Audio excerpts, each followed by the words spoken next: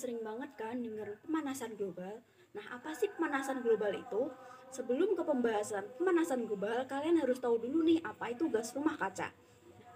Di atmosfer ini terdiri dari dua jenis gas. Yang pertama ada gas permanen. Gas ini ada di setiap lapisan atmosfer. Gas ini terdiri dari nitrogen, oksigen, argon, neon, helium, dan hidrogen. Nah, yang kedua ada gas non-permanen. Gas ini terdiri dari karbon dioksida, karbon monoksida, H2O, nitrogen dioksida, dinitrogen oksida, metana, dan CFC. Gas ini berbeda di setiap wilayahnya. Gas ini pula yang sering disebut sebagai gas rumah kaca.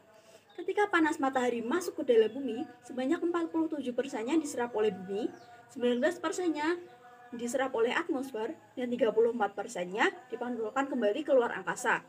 Ketika panas ini dipantulkan keluar angkasa dan terdapat gas rumah kaca di sana, maka gas rumah kaca akan memerangkap panas ini sehingga tidak dapat keluar di angkasa.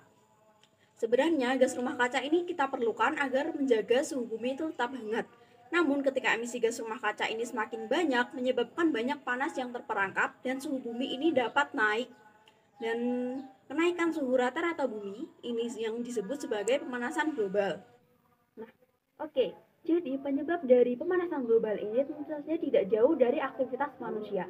Aktivitas manusia apa sih yang dapat menyebabkan pemanasan global? Yang pertama, ada penggunaan bahan bakar fosil.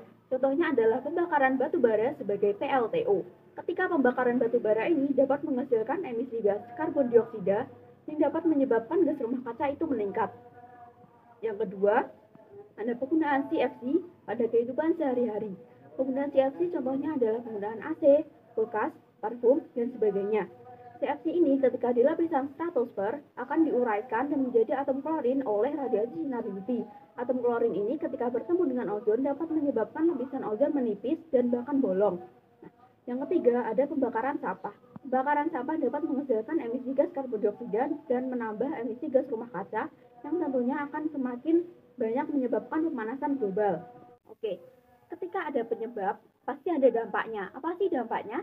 Yang pertama, suhu yang di bumi meningkat dapat menyebabkan es di kutub mencair. Tercatat dari NASA sebanyak 297 miliar ton pada 2021 kemarin telah mencair. Yang kedua, ketika es mencair ini tentu saja menyebabkan permukaan air laut itu naik. Sebanyak 20 cm permukaan air laut naik dalam 2 dekade ke belakang. Yang ketiga, yaitu dapat menimbulkan wabah penyakit. Pada tahun 2016 kemarin di Siberia sebanyak 2.000 ekor rusa mati. Hal ini disebabkan karena mencairnya bangkai rusa yang telah terkubur dan membeku 75 tahun yang lalu. Nah, apa sih solusi yang dapat kita lakukan sebagai individu atau kelompok kecil? Yang pertama, kita dapat mengurangi penggunaan plastik. Yang kedua, kita dapat menerapkan 3R, reduce, reuse, dan recycle. Yang ketiga, kita dapat memilih transportasi umum daripada menggunakan kendaraan pribadi. Hal ini untuk mengurangi emisi gas karbon dioksida yang dihasilkan dari asap kendaraan bermotor. Atau kita juga dapat menggunakan seperti motor listrik dan sebagainya. Yang keempat, kita dapat menggunakan reboisasi kecil-kecilan. Contohnya, kita dapat menanam banyak tanaman di sekitar rumah kita. Nah, apa saja sih yang telah dilakukan dalam kancah internasional untuk mengurangi pemanasan global? Yang pertama ada organisasi IPCC. IPCC ini dibentuk pada tahun 1988 dibawahi oleh PBB. Tujuannya adalah bagaimana mengurangi emisi gas rumah kaca. Sebanyak 195 negara setiap tahunnya akan berkumpul dan membahas tentang hal ini.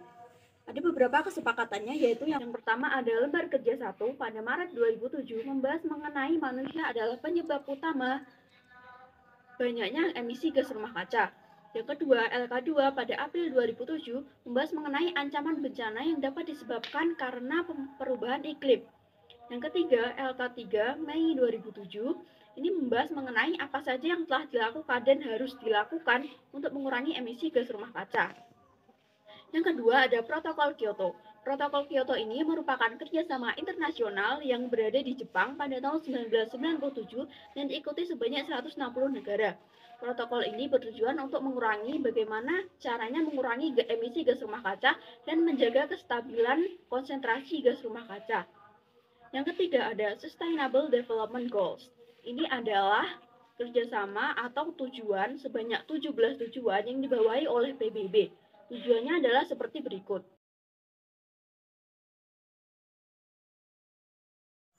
Kesimpulannya, kita sebagai manusia yang menghuni bumi, kita harus turut campur dalam menjaga alam, menjaga bumi, agar dapat kita tempati dan tidak menimbulkan wabah-wabah penyakit, agar dapat ditempati anak cucu kita di masa depan nanti. Oke, sekian dari saya. Semoga bermanfaat dan terima kasih.